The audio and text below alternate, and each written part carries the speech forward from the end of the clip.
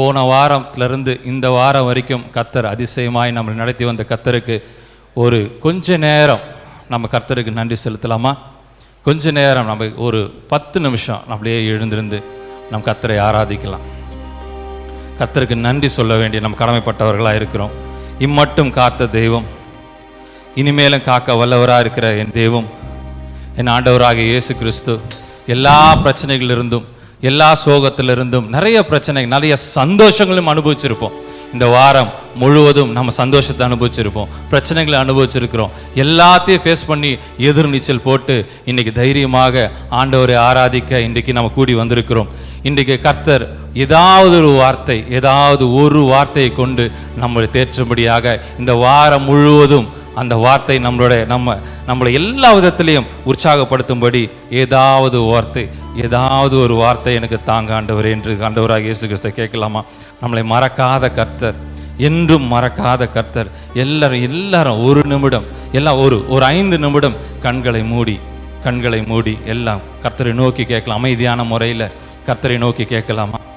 அமைதியான முறையில் இருதயத்திலே என் ஆண்டவரோட பேசுங்கள், என் இருதயத்திலே ஆண்டவரோடு பேசுங்கள். வாயினால் பேச வேண்டாம், இருதயத்திலே என் ஆண்டவரோடு கூட பேசலாம். இந்த வாரத்தில் போன வாரத்திலேருந்து இப்போ மட்டும் எங்களை காத்து வழிநடத்தினீரே கர்த்தாவே, இனிமேலும் இந்த வாரம் தொடங்கி வருகிற வாரத்தில் நாங்கள் இந்த இடத்துல கூடி வரும் வரை கர்த்தாவே எல்லா விதத்திலும் போக்கையிலும் வரத்திலும் எல்லா விதத்திலும் பிள்ளைகளோட படிப்பில் ஃபீஸ் கட்டணும், எல்லா பிரச்சனைகளிலிருந்தும் பண பிரச்சனைகளிலிருந்தும் வியாதி பிரச்சனைகளிலிருந்தும் எல்லாத்துலேயும் வேலை ஸ்தலத்தில் வியாபார ஸ்தலத்தில் எல்லா பிரச்சனைகளும் இந்த வாரம் முழுவதும் எங்களுக்கு கர்த்தாவே ஒரே ஒரு வார்த்தை கர்த்தாவே உம்முடைய வார்த்தையாக ஒரு வார்த்தை எங்களுக்கு இருதயத்தை தொலைச்சால், இருதயத்துக்குள்ள வந்தா ஒரே ஒரு வார்த்தை இந்த வாரம் முழுவதும் எங்களை தாங்கி வழிநடத்துமே ஆண்டவரே. எங்களுக்கு அந்த வார்த்தையை எங்களுக்கு தாங்க, ஒரு வார்த்தையை கொண்டு எங்களுக்கு தாங்க, எங்களுக்கு கர்த்தருடைய வார்த்தையை தாங்க. எங்களை மறக்காத தெய்வம், எங்களை மறவாத தெய்வம், மறவா இயேசு மறவா உன்னை ஒரு இமை பொழுதிலும் மறவா இயேசு மறவா என்னை உருவாக்கின இயேசு மறவா. நம்ம மறக்கிற தெய்வமே இல்லை, மறக்க மாட்டார், நம்ம மறக்க மாட்டார். இதயத்திலே ஆண்டவர்கிட்ட கேட்கலாம், எங்களை மறைவாத தேவனே, எங்களை மறக்காத தேவனே, இந்த வாரத்தில் கர்த்தாவே எங்களத்தில் வாங்க. கர்த்தாவே, இந்த வாரத்தில் நாங்கள் எதை சந்தித்திருந்தாலும் இன்றைக்கு உம்முடைய சமூகத்தில் சந்தோஷமாக மகிழ்ச்சியாக எந்த விண்ணப்பத்தை இந்த இடத்துல வைக்கிறோமோ அது நிறைவேறும் என்று சொல்லுகிறது வசனம் சொல்லுகிறது. மகிழ்ச்சியோடு இருதயத்தில், மகிழ்ச்சியான இருதயத்தில் நாம் எதை கேட்டாலும் தருவேன் என்று சொல்லுகிறார் ஆண்டவராக இயேசு கிறிஸ்து. மறவா இயேசு மறவா ஒரு இமை பொழுதிலும் உன்னை மறவா இயேசு மறவா உன்னை உருவாக்கின இயேசு மறவா. அழைத்தவர் உன்னை மறவா, அபிஷேகம் செய்தவர் மறவா. அழைத்தவர் உன்னை மறவா, அபிஷேகம் செய்தவர் மறவா. மனிதனின் அன்பு நிலை மாறி நாளும் மகிமையின் தேவன் நம்மை மறவார்.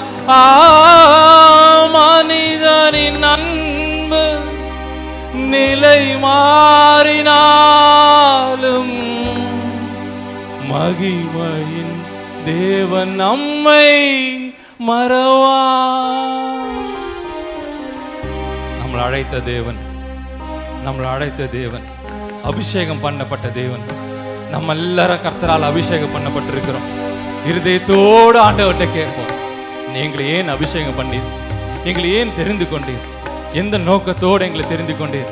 அப்பா அதை நிறைவேற்றுங்க, அப்பா அதை நிறைவேற்றுங்க, அப்பா அதை நிறைவேற்றுங்க. எங்கள் இருதயத்தோடு உம்மிடத்துல பேசுகிறோம்ப்பா. இருதயத்தின் ஆழத்துலேருந்து உம்முடைய துதிக்கிறோம்ப்பா.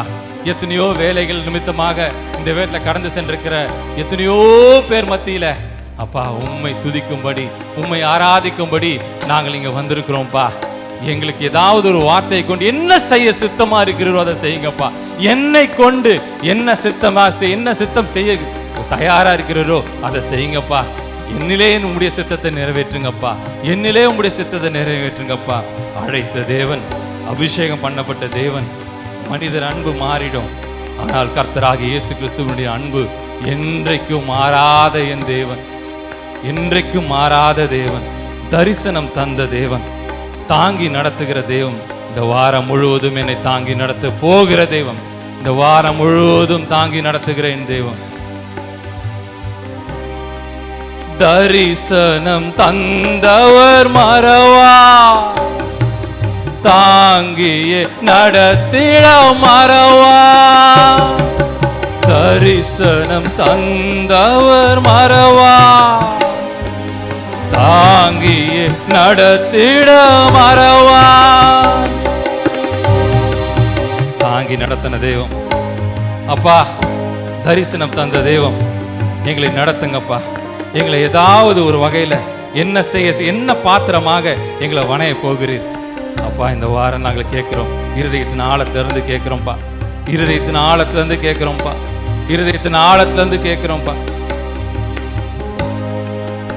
எப்பக்கம் நெருக்கங்கள் என்னை சூழ்ந்திட்டாலும் எலியாவின் தேவன் என்னை மறவா. எப்பக்கம் நெருக்கங்கள் என்னை சூழ்ந்திட்டாலும் எலியாவின் தேவன் என்னை மறவா. எலியாவின் தேவன் என்னை மறவா, மறவா, இயேசு மறவா. ஒரு இமை பொழுதிலும் என்னை மறவா, மறவா, இயேசு மறவா. என்னை உருவாக்கின இயேசு மறவா, மறவா, இயேசு மறவா, மறவா, இயேசு மறவா. என்னை உருவாக்கின இயேசு மறவா. வாக்கு தத்தம் தந்தவர் மறவா, வாக்கு தத்தம் தந்தவர் மறவா. வழி காட்டி நடத்திட மறவா. வாக்கு தத்தம் தந்த தெய்வம் என்றைக்கு நம்மளை மறவாத தெய்வம். உன்னை தாங்குவேன், என் ஏந்துவேன், சுமப்பேன், உன்னை தப்புவேன் சொன்ன தெய்வம். வாக்கு தத்தம் தந்த தெய்வம். வாக்கு தத்தம் தந்தவர் மறவா, வழி காட்டி நடத்திட மறவா. வானமும் பூமியும் நிலை மாறினாலும் வார்த்தைகள் நிறைவேற்ற மறவார். வானமும் பூமியும் நிலை மாறினாலும் வார்த்தைகள் தந்தவர் மறவார். வார்த்தைகள் தந்தவர் மறவார், மறவா, இயேசு மறவா. ஒரு இமை பொழுதிலும் என்னை மறவா. ஒரு நிமிடம், ஒரு இமை பொழுது, ஒரே ஒரு இமை பொழுது கூட என்னை மறக்க மாட்டார். என் ஆண்டவராக இயேசு கிறிஸ்து ஒரு இமை பொழுது கூட என்னை மறக்க மாட்டார். அப்படி மறந்தா நம்ம நிலைமை என்ன? அப்படி மறந்தா நம்மளோட நிலைமை என்ன? ஆண்டவர் நம்மளை தெரிந்து கொண்டிருக்கிறார், ஆண்டவர் நம்மளை தெரிந்து கொண்டிருக்கிறார். அபிஷேகம் பண்ணப்பட்டிருக்கிறோம், ஆண்டவர் நம்ம தெரிந்து கொள்ளப்பட்டிருக்கிறார், அழைத்திருக்கிறார், அபிஷேகம் பண்ணப்பட்டிருக்கிறார், தரிசனம் கொடுத்திருக்கிறார். நம்ம சபைக்குன்னு ஒரு தரிசனம் இருக்கிறது. கர்த்தர் நிச்சயம் அந்த தரிசனத்தை நிறைவேற்றாமல் இருப்பாரோ? அதிசயமாய் நடத்தி வந்த கர்த்தர், இனிமேல் நடத்த போகிறேன் தேவாதி தேவன், வாக்கு தத்தம் தந்த என் தேவன், வழிகாட்டி நடத்துகிற என் தேவன், இனிமேலும் நடத்த வல்லவராயிருக்கிற என் தேவன். வானமும் பூமியும் நிலை மாறினாலும் வார்த்தைகள் என்றும் மாறாது. என் ஆண்டவராக இயேசு கிறிஸ்து என் வார்த்தைகள் என்றும் மாறாது. ஒரு இமை பொழுதுல மறக்காத தேவன், ஒரு இமை பொழுதுல கூட மறக்காத தேவன். இன்றைக்கு நம்மளை நடத்தி வளர்த்தெடுத்த நல்ல வார்த்தைகளை கொண்டு ஒரு வார்த்தை கொடுத்து என்னை தேற்றுங்க ஆண்டவரே. ஒரே ஒரு வார்த்தை கொடுத்து என்னை தேற்றுங்கப்பா. 1000 கஷ்டம் இருக்குதுப்பா, என்ன வேணா இருக்கட்டும்ப்பா. நீர் சொன்னீர்ல, வானமும் பூமியின் நிலை மாறினாலும் என் வார்த்தைகள் மாறாது என்று சொன்னீங்களேப்பா. ஒரு வார்த்தை கொண்டு எங்களை தேட்டுங்க. ஒரே ஒரு வார்த்தையை தாங்கப்பா, எனக்கு அது போதுமேப்பா. இந்த வாரம் முழுவதும், என் வாழ்நாள் முழுவதும் உம்முடைய வார்த்தை என்னை தேற்றும்பா. உம்மை நம்பி நாங்கள் வந்திருக்கிறோம், உம்மை நம்பி நாங்கள் வந்திருக்கிறோம். மிகுந்த ஆர்வத்தோடு நாங்கள் வந்திருக்கிறோம். கர்த்தருடைய வார்த்தையை கேட்பதற்காக நாங்கள் இந்த இடத்துல கூடி வந்திருக்கிறோம். எங்கள் இதயத்தை தேவன் பார்க்கிறேன், மனுஷனோ முகத்தை பார்க்கிறான். எங்கள் இருதயத்தை எங்கள் தேவாதி தேவன் பார்க்கிறேன். எங்கள் உள்ளத்தை அறிகிற என் தேவன். நாங்கள் மகிழ்ச்சியோடு எந்த வித ஆராதனையை நாங்கள் செய்தாலும் தேவரே, அந்த இடத்துல உம்முடைய பிரசன்னம், நீர் கிரியை செய்யுங்க ஆண்டவரே, நீர் கிரியை செய்யுங்க. என்னவரே என்னவரே என்னவரே என் உடையவரே.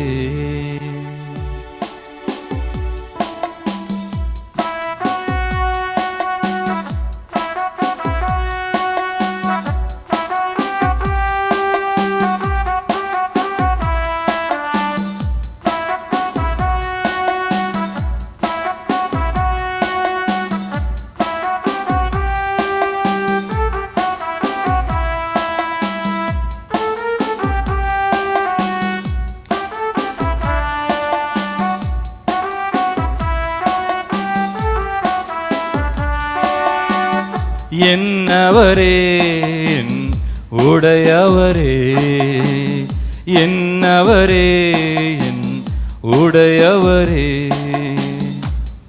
எந்தன் தாயின் கருவிலே என்னை தெரிந்து கொண்டவரே, எந்தன் தாயின் கருவிலே என்னை தெரிந்து கொண்டவரே. வீணன் என்று பலர் தள்ளினம் போதனை வாணைந்தெடுத்தவரே, வீணன் என்று பலர் தள்ளின போது என்னை வாணைந்தெடுத்தவரே. என்னவரே என் ஆத்மநேசரே, என்னவரே என் மணவாளரே, என் பிரியமே, என் ரூபவதியே என்று அழைத்தவரே. என்னவரே என் உடையவரே, என்னவரே என் உடையவரே.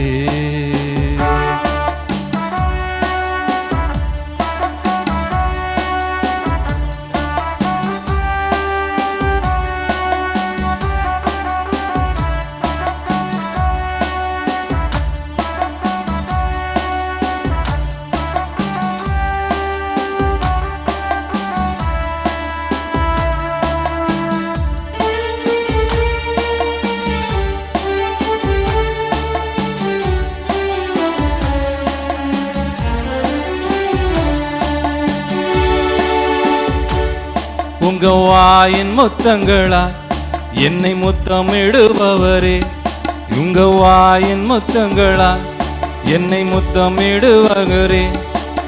திராட்சரசத்திலும் இன்பமான என்மேல் உடையவரே, திராட்சரசத்திலும் இன்பமான நேசம் என்மேல் உடையவரே. என்னவரே என் ஆத்மநேசரே, என்னவரே என் மணவாளரே, என் பிரியமே, என் ரூபவதியே என்று அழைத்தவரே.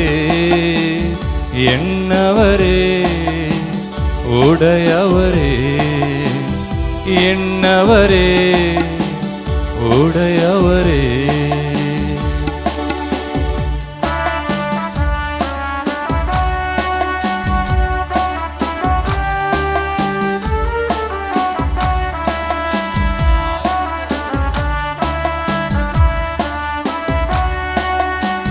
எந்த தாயின் கருவிலே என்னை தெரிந்து கொண்டேரப்பா. என்னுடைய தாயின் கருவிலே தெரிந்து கொண்ட நோக்கம் என்ன? கர்த்தாவே, இந்த நோக்கத்தை நிறைவேற்றுங்கப்பா. வீணர் என்று என்னை தள்ளினாலும் என் தேவாதி தேவன் என்னை தள்ளாத தேவன். என்னை வணைந்து எடுத்தவர், என்னை உருவாக்கினவர், என்னை நடத்தி செல்கிறவர். எந்த தாயின் கருவிலே என்னை தெரிந்து கொண்டவரே, எந்த தாயின் கருவிலே என்னை தெரிந்து கொண்டவரே, வீணன் என்று பலர் தள்ளின போது என்னை வணைந்தெடுத்தவரே, வீணன் என்று பலர் தள்ளின போது என்னை வணைந்தெடுத்தவரே, என்னவரே என் ஆத்மநேசரே, என்னவரே என் மணவாளரே, என்னை பிரியமே என் ரூபவாதியே என்று அழைத்தவரே, என்னவரே உடையவரே, என்னவரே உடையவரே, என்னவரே உடையவரே. கர்த்தர் நல்லவர். ஹல்லேலூயா. வீணன் என்று என்னை தள்ளின போதும் என்னை வணைந்து எடுத்தவரே, என்னை செதுக்கி என்னை சிற்பமாக என்னை வணைந்து எடுத்தவரே. ஒரு நல்ல குயவன் கையில் இருக்கிற ஒரு பானை எப்படி வணைந்து ஒரு ஷேப்புக்குள்ளே வருதோ, நம்முடைய எல்லாருடைய வாழ்க்கையிலும் கர்த்தர் ஒரு வணைந்து எடுத்து, வீணன் என்று இந்த உலகம் நம்மளை தள்ளனாலும் நம்மளை வணைந்து எடுத்த என் தேவாதி தேவனுக்கு ஹல்லேலூயா. நன்றி கர்த்தாவே, நன்றி நன்றி. ஹல்லேலூயா. இன்றைக்கு கர்த்தர் ஒரு வார்த்தை சொல்லுகிறார், ஒரு நல்ல வார்த்தை. மத்தேயு 12:34. விரியன் பாம்பின் குட்டிகளே. என்னன்னு கூப்பிட்டாரு? ஆசீர்வாதமான ஒரு வார்த்தை. இன்றைக்கு எடுத்த உடனே ஆண்டவர் கூப்பிடுகிற ஒரு வார்த்தை, விரியன் பாம்பு குட்டிகளே. நம்மளை பார்த்து கூப்பிடல அவர். ஆனால் அவர் கூப்பிட்டது யாரை? அவர் நம்மளை பார்த்து கூப்பிடல, பரிசேயர்களை பார்த்து அவர் கூப்பிடுற வார்த்தை விரியன் பாம்பு குட்டிகளே என்ற வார்த்தை. அவர் ஆண்டவராக இயேசு கிறிஸ்து அவர்களை பார்த்து கூப்பிடுறார். இந்த வார்த்தையை நம்ம கேட்கும்போது, ஏன் இந்த விரியன் பாம்பு குட்டிகளேன்னு கூப்பிட்டார்? எத்தனையோ பாம்பு இருக்கு, நல்ல பாம்பு, சாரா பாம்புன்னு நிறைய பாம்புகள் இருக்குது. விரியன் பாம்பு குட்டிகளேன்னு ஏன் கூப்பிட்டார்? அதுவும் பரிசேயர்களை பார்த்து ஏன் கூப்பிட்டார்? இந்த ரெண்டு கேள்விக்கும் பதில் நமக்கு வேணும். அதுக்கு முன்னாடி இதுக்கு முன் வசனத்தை படிங்களா, 33வது வசனம். மரம் நல்லதென்றால், மரம் நல்லது என்றால் அதன் கனியும் நல்லதென்று சொல்லுங்கள், அது கனியும் நல்லது என்று சொல்லுங்கள். மரம் கெட்டதென்றால், மரம் கெட்டது என்றால் அதன் கனியும் கெட்டதென்று சொல்லுங்கள், அது கனியும் கெட்டது என்று சொல்லுங்கள். மரமானது மரமானது அதன் கனியினால் அறியப்படும், கனியினால் அறியப்படும். மரம் நல்லது என்றால் கனி நல்லது என்றால் அந்த மரமும் நல்லது. அந்த கனி கெட்டது என்றால் அந்த கனியும் கெட்டது. கனியினால் ஒருத்தரை அறியப்படும். கனி என்றால் இப்போ ஒரு மனிதன் நல்லவன் என்றால் அவர்கள் பேசுகிற வார்த்தையிலிருந்து அவர்கள் நல்லவரா கெட்டவரா என்று நம்ம முடிவு செய்கிறோம். ஒருத்தர் பேசினாதான், இப்போ ஏதாவது ஒரு நேரத்தில் ஒரு பேசாமல் ஒருத்தர் நம்ம கூட இருக்கிறாருன்னா கொஞ்சம் இமேஜின் பண்ணி பாருங்க. அமைதியாக ஒருத்தர் இருக்கிறாருன்னா அவர் என்ன நினைக்கிறாரு, அவருக்கு என்ன குணம், எதுவுமே நமக்கு தெரியாது. அவர்கள் வாயை திறக்கும் போது தான் அவர்கள் நல்லவரா கெட்டவரா எதுனாலும் நமக்கு தெரியும். ஒரு அமைதியாக இப்போ ட்ரெயின்லலாம் போயிட்டு இருக்கிறோம் அப்படின்னா, ஒருத்தர் நம்ம கூட வரவங்கெல்லாம் கொஞ்சம் கூட வந்துட்டுருந்தாங்களா, நம்ம எப்போவுமே ஒரு பேசுகிறதுக்கு பேச்சு துணைக்கு எங்கே போகிறீங்க அப்படின்னு நம்ம கேட்போம். அவர்கள் உம்முன்னு போகிறேன், எங்கேருந்து வருவீங்க, வரேன், இப்படி சொல்லிட்டு இருந்தா அவர்களுடைய குவாலிட்டி என்னங்கிறது தெரியும். அவர்களுடைய மனசு என்ன, அவர்களுடைய குவாலிட்டி என்ன அப்படிங்கிறது நமக்கு தெரியும். அவர்கள் நல்லவரா கெட்டவரா தெரியலையேப்பா அப்படின்ற மாதிரி இருக்கும். இந்த கனிகள் அப்படின்னு சொல்லுகிறது நம்மளுடைய வாரிலிருந்து வர வார்த்தை பொறுத்து தான் இந்த கனிகள் நல்லதா கெட்டதா என்றது நமக்கு தெரிய வருகிறது. அதே போல் இப்போ ஆண்டவர் இதை ஏன் இந்த விரியன் பாம்பு குட்டிகளே அப்படின்னு சொல்றாருன்னு பார்த்தீங்கன்னா, பரிசேயர்களை பார்த்து சொல்லுகிற இந்த வார்த்தை. பரிசேயர்கள் யாருன்னு பார்த்தா, பரிசேயர்கள் சாதாரண ஆட்கள் கிடையாது. அவர்கள் ஒரு மத குருக்கள், ஒரு பெரிய ஆட்கள் அவர்கள்லாம் அந்த காலத்தில். ஆனால் ஆண்டவராக இயேசு கிறிஸ்து விரியன் பாம்பு குட்டிகளே என்று அவர்களை நோக்கி கூப்பிடுகிறத அந்த இடத்துல பார்க்குறோம். விரியன் பாம்பு குட்டின்னு அப்படின்னு எடுத்துக்கிட்டோம்னா, ஏன் ஆண்டவர் விரியன் பாம்பு குட்டிகளே அப்படின்னு அவர்களை பார்த்து கூப்பிட்டாருன்னா, இந்த பரிசேயர்கள் நம்மை போலவே இருக்கிற ஒரு மனிதர்கள், ஒருத்தரை பேசி பேசி பேசிய விழத்தள்ளுகிற ஒரு மனிதர்கள், அவர்களை பார்த்து இந்த நம்ப வச்சு கழுத்தறுக்கிறாங்கன்னு சொல்லுவாங்க பார்த்தீங்களா, அந்த மாதிரி ஒரு சில மனிதர்கள் அவர்களை பார்த்து ஆண்டவர் சொல்லுகிற வார்த்தை விரியன் பாம்பு குட்டிகளே என்று அந்த வார்த்தைகளை சொல்றதை நம்ம பார்க்குறோம். விரியன் பாம்பு குட்டிகளேன்னு பார்த்தா பாம்புகளிலேயே மிக விஷமுள்ள ஒரு பாம்பு விரியன் பாம்பு. மிகுந்த விஷமுள்ள ஒரு பாம்பு விரியன் பாம்பு என்று நம்ம அறியப்படுகிறோம். இந்த வேதத்தில் நிறைய இடத்துல சர்பம், பாம்பு இது மாதிரி நிறைய இடத்துல இருக்குது. ஸ்பெஷலாக விரியன் பாம்பு குட்டிகளேன்னு ஏன் அவர் கூப்பிட்டாரு அப்படிங்கிறத நம்ம யோசித்து பார்க்கணும். நம்மளுடைய பவுல் அடியார் அவர்கள், பவுல் என்ன சொல்ற, ஒரு இடத்துல பார்த்தீங்கன்னா ஒரு விறகெல்லாம் எடுத்து போட்டிருந்த ஒரு சம்பவத்தை நமக்கு தெரியும். விறகை எடுத்து போட்டுட்டு இருக்கும் போது இடையில இந்த விரியன் பாம்பு இருந்ததை அவர் கவனிக்காம அந்த விறகை எடுத்து அது உள்ள போட்டுக்கிட்டே இருக்கும் போது அந்த விரியன் பாம்பு இருக்கிறது அவருக்கு தெரியல. அந்த விரியன் பாம்பு என்ன ஆயிடுச்சு, அவர் கையில கடிச்சிருச்சு. ஆனால் எல்லாரும் சுற்றி நின்று பார்க்குறாங்க, பவுல் இப்போ இறந்து போயிடுவார், செத்து போயிடுவார், அந்த விஷமுள்ள பாம்பு அவரை கடிச்சிருச்சே, அவர் செத்து போயிடுவாருன்னு பார்த்த இடத்துல ஆனால் பவுல் சாகலை. நம்மளை என்ன அந்த இடத்துல நம்ம பார்க்குறோம் அப்படின்னா, அந்த விரியன் பாம்பு பொறுத்தளவுக்கு இந்த கட்டைகளுக்கும் அதுக்கும் அது ஒரு இந்த அந்த கலரில் இருக்கிறதுனால அவ்வளோ சீக்கிரம் ஐடென்டிஃபை பண்ண முடியாது. இந்த பாம்பு வகையில் பார்த்தீங்கன்னா இந்த விரியன் பாம்பு குட்டியாக இருக்கும், சின்னதாக அளவுல சின்னதாக தான் இருக்கும். அதனால தான் ஆண்டவர் இருக்கிறதுலையே விஷமுள்ள பாம்புகளில் ஒரு பாம்பு பார்த்தீங்கன்னா விரியன் பாம்பு. அதனால ஆண்டவர் கூப்பிடுறத பாருங்க. இப்போ நம்ம ஒருத்தரை திட்டுறோம் அப்படின்னா, இப்போ இந்த வார்த்தையை அவர் கோவத்தில் சொல்லுகிற ஒரு வார்த்தையாகவும் நம்ம எடுத்துக்கிறோம். விரியன் பாம்பு குட்டிகளே அப்படின்னு நம்ம ஒருத்தரை பார்த்து அவர் திட்டுறதா கூட நம்ம எடுத்துக்கலாம். இப்போ ஒருத்தரை திட்டுறோங்களே, நம்ம கூட பிள்ளைகளை திட்டுறோம், நம்ம சாதாரணமாக திட்டும் போது எரும மாடு, இது நம்மளே ரெகுலராக யூஸ் பண்ணுற வார்த்தை, எரும மாடு அப்படின்னு திட்டுவோம். இதே வார்த்தையை கோவத்தில் சொல்லி பாருங்க, அப்படியே அழுத்தி சொல்லுவோம், எரும மாடே அப்படின்னு திட்டுவோம் இல்லையா? அது மாதிரி ஆண்டவர் பாருங்க, அவர் சாதாரணமாக திட்டல, விரியன் பாம்பே அப்படிலாம் திட்டல, விரியன் பாம்பு குட்டிகளே அப்படின்னு திட்டுறாரு. ஏன் அப்படி அவங்களை கேட்குறாரு அப்படின்னா, அவர்கள் கிறிஸ்தவர்களை விழத்தள்ளுகிறவர்கள், அவர்கள் கூட இருந்தே அவர்களை பேசி பேசி பேசி பேசி அவர்களை மைண்டை மாற்றி இந்த மாதிரி செய்கிற, கூட இருந்தே எல்லாத்தையும் செய்கிற நம்மை போலவே இருப்பார்கள். அவர்களும் ஆண்டவரை துதிக்கிறவர்கள், அவர்கள் அல்லேலூயா சொல்லுவாங்க, எல்லாம் செய்வார்கள். ஆனால் அவர்கள் அந்த இடத்துல கூட இருந்தே அவருடைய விசுவாசத்தை விழத்தள்ளுகிறவர் இவர்கள். அதனால ஆண்டவர் அவர்களை பார்த்து கூப்பிடுறாரு, விரியன் பாம்பு குட்டிகளே அப்படின்னு அந்த இடத்துல கூப்பிடுறதை நம்ம பார்க்கிறோம். இந்த விரியன் பாம்பு குட்டிகள் அப்படின்னும் போது ரோமர் 3:13 பாருங்களேன், ரோமர் 3:13 படிங்களேன். அந்த பாம்பை பற்றி சிலதை பார்க்கலாம். அது ஏன் அவர் அந்த மாதிரி கூப்பிட்டாரு? அவர்கள் தொண்டை திறக்கப்பட்ட பிரேதக்குழி, அது தொண்டை திறக்கப்பட்ட பிரேதக்குழி, தன் நாவுகளால் வஞ்சனை செய்கிறார்கள். அவருடைய உதடுகளின் கீழே பாம்பின் விஷம் இருக்கிறது என்று பார்க்கிறோம். அவர் உதடில் கீழே பாம்பின் விஷம் இருக்கிறது என்று பார்க்கிறோம். சிலர் வாயை திறந்தாலே ஒரு விஷமுள்ள வார்த்தைகள், ஒரு குத்துற மாதிரி ஒரு வார்த்தைகள், சாதாரணமாக பேசுகிற வார்த்தை கூட ஒரு உள்ளத்தை ஒரு குத்துற மாதிரி ஒரு வார்த்தைகள். இன்றைக்கு நம்மளுடைய பேச இதுவே பார்த்தா இருதயத்தை பற்றி நான் பேச வந்திருக்கிறேன். இருதயம் சுத்தம் உள்ளவர்கள் பாக்கியவான்கள். இருதயம் என்னெல்லாம் செய்கிறது என்பதை குறித்து நான் பேச வேண்டும் என்று நினைக்கிறேன். இந்த இடத்துல பார்க்கும்போது இருதயத்திற்குள்ளிருந்து வருகிற வார்த்தை மற்றவங்களை குத்துற மாதிரி ஒரு வார்த்தையை நம்ம பேசக்கூடாது, ஒரு மென்மையான வார்த்தையை நம்ம பேச வேண்டும் என்று சொல்லுகிறது.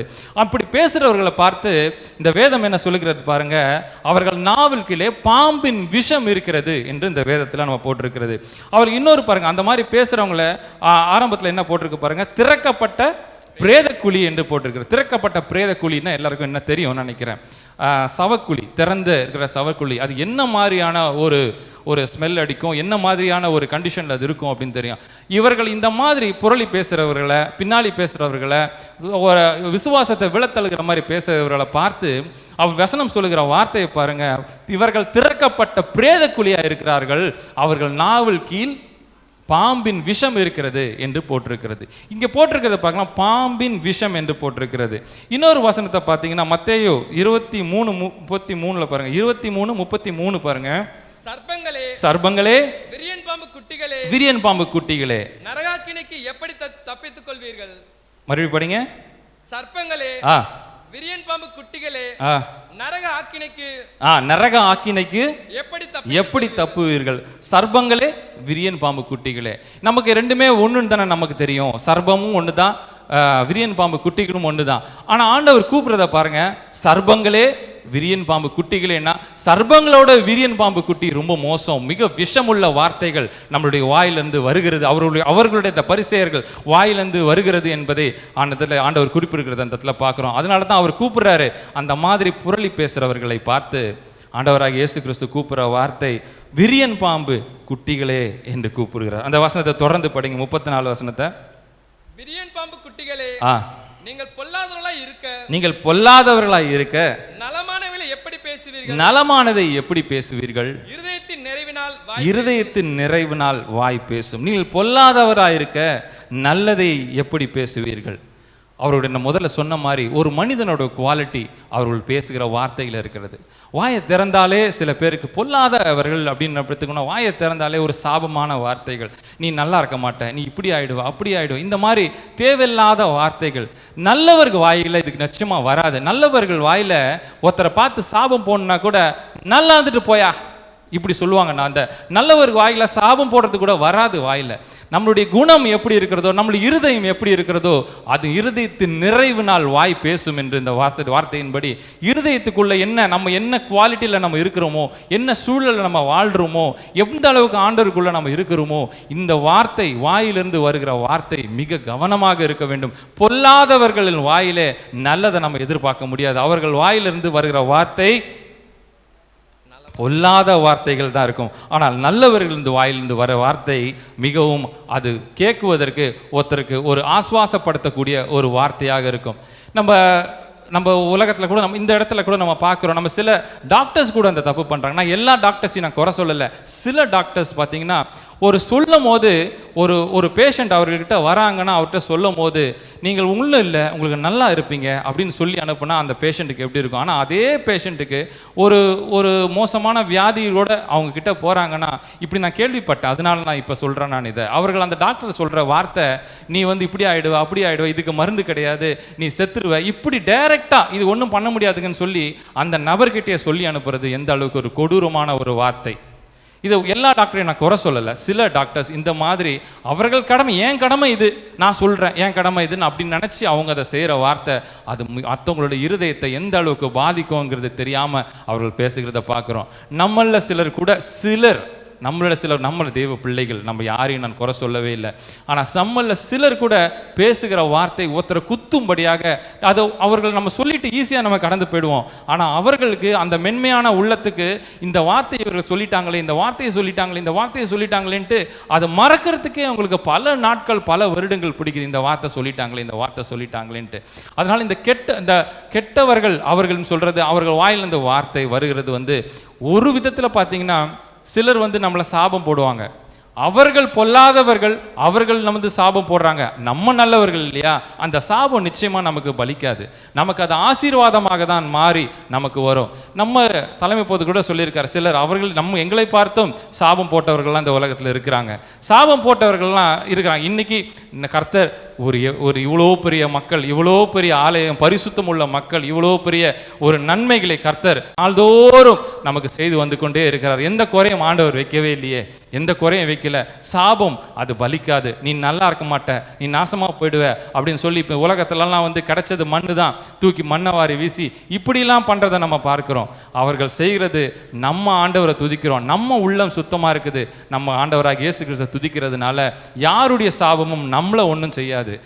அது அவங்க பேசி அவர் இச்சகம் பேசி அடங்குவார்கள் என்ற வார்த்தையின்படி அவர்கள் பேசி பேசி பேசி பேசி அவர்கள் அவரோட குவாலிட்டி அப்படிதான் இருக்கும். அந்த பொல்லாதவர்களின் ஆவி, பொல்லாதவர்களின் உள்ளம், அவர்கள் உள்ளம் எப்படி இருக்கிறதோ அந்த வார்த்தை வாயிலிருந்து வெளியே வருகிறது. அடுத்த வசனம் படிங்களேன், 35வது வசனம் படிங்களேன்.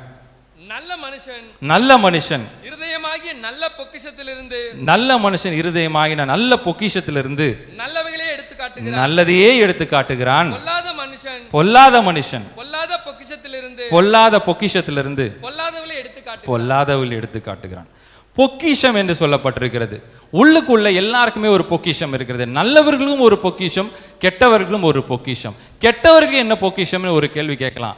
நல்லவர்களுக்கு பொக்கிஷம் நம்ம இன்னைக்கு ஒரு பொக்கிஷமான ஒரு வேதம் நம்ம உள்ளத்துல என்ன இருக்கு? நம்ம ஆண்டவரை இயேசு கிறிஸ்துவை நம்பி நம்ம இந்த இடத்துல வந்திருக்கிறோம். நம்ம உள்ளத்துல என்ன இருக்கு? நல்ல பொக்கிஷம் இருக்குது. பொக்கிஷம் நினைக்கிறது எது? நம்ம பொக்கிஷமா நினைக்கிறோம். நம்ம கர்த்தரை தேடி வந்திருக்கிற நம்ம எதை பொக்கிஷமா நினைக்கிறோம்? வேத புத்தகத்தை பொக்கிஷமாக நினைக்கிறோம். ஆண்டவர் ஆராதிக்கிறது பொக்கிஷமாக நினைக்கிறோம். எல்லாத்துலேயும் ஆண்டவருக்கு முதலிடம் கொடுக்கறத பொக்கிஷமாக நினைக்கிறோம். ஒரு வியாபாரமாக இருக்கட்டும், எந்த ஒரு விஷயமா இருக்கட்டும், கர்த்தரை ஒரு கனப்படுத்துவது ஒரு பொக்கிஷமாக நினைக்கிறோம். ஒரு பரிசுத்தவானை சந்தித்தோம்னா, இந்த பரிசுத்தவான் கூட நான் ஒரு டைம் ஸ்பெண்ட் பண்ணேன், அது மனசுக்கு எனக்கு ஆறுதலாக இருக்குது, என்னுடைய வாழ்நாளில் அதை மறக்க முடியாது, இதை நான் பொக்கிஷமாக நினைக்கிறேன். அந்த பரிசுத்தவான் கூட நான் பேசணும் பார்த்தீங்களா, அது நான் வந்து பெரிய பொக்கிஷமாக நினைக்கிறேன். இதுதான் நம்ம மனசில் இருக்கிறோம். நம்ம இன்னும் ஒரு படி தாண்டி போனால் நம்மளுடைய ஆவிக்குரிய சபை, நம்ம தாயை நம்ம அதை பேசாமல் நம்மளால் இருக்க முடியாதுல்ல. நம்மளுடைய தாய், ஆவிக்குரிய தாய் வயலட்டாரன் அம்மா அவர்கள், அந்த சபையில் நான் இருக்கிறதே நம்ம இது ஒரு பொக்கிஷம். வெளியில் போய் நம்ம சொல்கிறோம்ல, வயலட்டாரன் அம்மா சபையிலேருந்து வரோங்க அப்படின்னு சொன்னால் அதை ரெக்கக்னைஸ் பண்ணுற ஒன்று சொல்லும் போது நமக்கு ஒரு உள்ளுக்குள்ள ஒரு உணர்வு, என்னுடைய தாய், ஆவிக்குரிய தாய் வயலட்டாரன் அம்மா அவர்கள் சபையிலேருந்து நான் வருகிறோன்னு சொல்லுகிறது நம் உள்ளத்தில் ஒரு பொக்கிஷம் இல்லையா? அதே போல் நம்மளுடைய தலைமை போதகர் ஐயா அவர்கள் ஒரு பேரை சொன்னாலும் சரி, இவர்கள் போதித்த வழியில் நாங்கள் நடக்கிறோம் என்பதே ஒரு பொக்கிஷம் இல்லையா? நம்ம உள்ளத்தில் எல்லாம் இதுதான் நம்ம பொக்கிஷமாக நினைக்கிறோம். ஆனால் பொல்லாதவர்களுக்கும் ஒரு பொக்கிஷம் இருக்கிறது. அவர்கள் எதை பொக்கிஷம் என்று அவர்கள் தீர்மானிக்கிறார்கள் என்றால், அவர்கள் ஒருவேளை தீர்மானிக்கலாம், இந்த உலகத்தில் ஒரு சாதித்தவர்கள் இருக்கலாம், ஒரு செலிபிரிட்டி அவங்கள் இருக்கலாம், இவர்கள் கூட நான் சந்தித்ததை நான் பெருமையாக நினைக்கிறேன் அப்படின்னு உலகத்தான் சொல்லுவான். இன்றைக்கி அதை பெருமையாக நினச்சி, நான் இவர் கூட பார்த்து, இவர் கூட நின்றுருக்கேன் பார்த்தியா, இவர் கூட நான் வந்து ஃபோட்டோ எடுத்திருக்கேன் பார்த்தியா, இவர் கூட நான் டைம் ஸ்பெண்ட் பண்ண பார்த்தீங்களா அப்படின்னு சொல்லி நம்ம காட்டுறதை நம்ம பார்க்குறோம். இன்னும் நம்ம வாலிப பிள்ளைகள்லாம் நம்ம எடுத்துக்கிட்டோம் அப்படின்னா, டிக்கெட் வாங்க போவாங்க, இந்த சினிமா டிக்கெட் வாங்க போங்க, முதல் ticket first show first ticket வாங்கிட்டேன் பாரு அப்படின்னு சொல்லி அதை ஒரு பொக்கிஷமாக நினைச்சு, பார்த்தியா யாருக்கும் கிடைக்காதது எனக்கு கிடைச்சிருக்கு பாரு அப்படின்னு சொல்லி அதை காட்டுறதை கூட நம்ம பார்க்குறோம். இது ஃபர்ஸ்ட். இந்த மாதிரி உலகத்தில் கூட ஒரு அரசியல்வாதி கூட ஒரு மீட் பண்ண நல்ல விஷயம், நான் அதை வந்து தவறுனோ இல்லை வந்து அதை, ஆனால் எதை மேன்மைப்படுத்துகிறோம் என்பதை மட்டும்தான் நான் சொல்கிறேன். அவர்கள் பொல்லாதவர்கள், உலகத்திலே உலக பிரகாரமாக ஜீவிக்கிறவர்கள், அவர்கள் எதை பொக்கிஷமாக நினைக்கிறார்கள் என்பதுதான் இந்த வேதம் சொல்லுகிறது. பொல்லாதவர்களுக்கும் பொல்லாத பொக்கிஷம் இருக்குதான், நல்லவருக்கும் நல்ல பொக்கிஷம் இருக்குதான். ரெண்டு பேருக்கும் எதை நாம் பொக்கிஷம் என்று தீர்மானிக்கிறோம் என்பதுதான் இதில் நம்ம முக்கியமாக இது நம்ம பார்க்க வேண்டியதாக இருக்குது. அடுத்தபடியாக வசனத்தை பார்த்தீங்கன்னா 1 பேதுரு 3:4 படிங்களேன். 1 பேதுரு 3:4 அடுத்த வசனம். அழியாத அலங்கரிப்பாய் இருக்கிற சாந்தமும் அமைதியில் உள்ள ஆவியாகிய இருதயத்தில் மறைந்திருக்கிற குணமே உங்களுக்கு அலங்காரமாய் இருக்க கடவது. அதுவே தேவனுடைய பார்வையில் விலையேற பெற்றதா இருக்கிறது. இந்த வசனத்தை பாருங்க. அழியாத அலங்கரிப்புமாய் இருக்கிற சாந்தமும் அமைதியும் ஆவியாகிய இருதயம் இல்ல, இருதயத்தில் மறைந்திருக்கிற குணமே உங்களுக்கு அலங்கரிப்பாய் இருக்கிறது. ரைட். அதுக்கு முன் வசனம் படிங்களா. இதை ஏன் வந்து எதை அலங்கரிப்பு அப்படின்னு சொல்றத பார்த்தீங்கன்னா, இதுக்கு முன் வசனத்தை படிங்க. மயிரை பின்னி பொன்னாபரங்களை அணிந்து உயர்ந்த வஸ்திரங்களை உடுத்திக் கொள்வராகிய புறம்பான அலங்கரிப்பு உங்களுக்கு அலங்காரமாய் இராமல் அழியாத அலங்கரிப்பாய் இருக்கிற சாந்தமும் அமைதியிலுள்ள ஆவியாகிய இருதயத்தில் மறைந்திருக்கிற குணமே. இதுல என்ன முன்னாடி வசனத்தை போட்டிருக்குன்னு பார்த்தீங்கன்னா, விலையேறப்பட்ட வஸ்திரம் உடுத்துறதுனாலையும் விலையேறப்பட்ட பொன்னாபரணங்களை அலங்கரித்துக் கொள்வதனாலையும் இது வந்து நம்மளுடைய அலங்கரிப்பு அதுல இருக்காது அப்படின்னு சொல்லுது. இருதயத்திலே சாந்தமும் அமைதியும் இருந்தால் அந்த இருதயம் நம்ம அலங்கரிப்புமா இருக்கிறோம். அதான் நான் முன்னமே சொன்னது போல, நம்மளுடைய வெளிப்பாடு தான் நம்மளுடைய அலங்கரிப்பு, நம்மளுடைய தோற்றம் நம்ம அலங்கரிப்பு இல்லை. இது இப்போ நம்ம பொதுவாக நம்ம பார்க்க போனோம்னா, நான் ஆக்சுவலாக ஒன்று சொல்லணும் அப்படின்னு நினச்சோம்னா, இந்த வேதத்தில் எல்லாமே பார்த்தீங்கன்னா ஒரு பாயிண்ட் அவுட் பண்ணுற ஒரு வசனமாக தான் இருக்குது இந்த வேதத்தில். இது பேசுகிறவர்கள் யாராக வேணா இருக்கட்டும், நானாக இருக்கட்டும், இல்லை வேறு யாராவது இருக்கட்டும், யாராக இருந்தாலும் இப்போ நம்ம போதிக்கும் போது ஒரு வசனம் வந்து நம்மளை குத்த தான் செய்யுது. டைரெக்டாக வந்து நம்மளை சொல்லுகிறது தான் இந்த வேதம்.